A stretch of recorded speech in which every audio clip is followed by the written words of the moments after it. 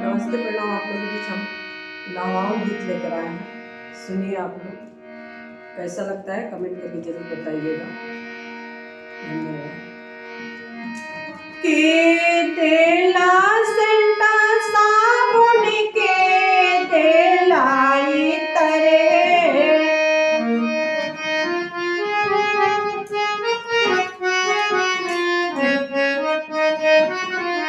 के तेला सेंटा साबुन के तेलाई तरे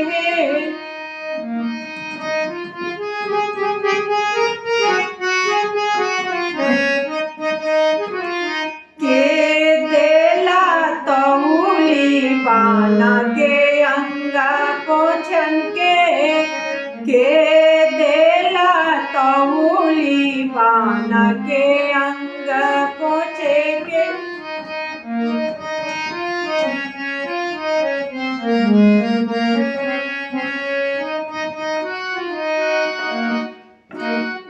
आमा देली सेंटा साबुन भाभी देली तरे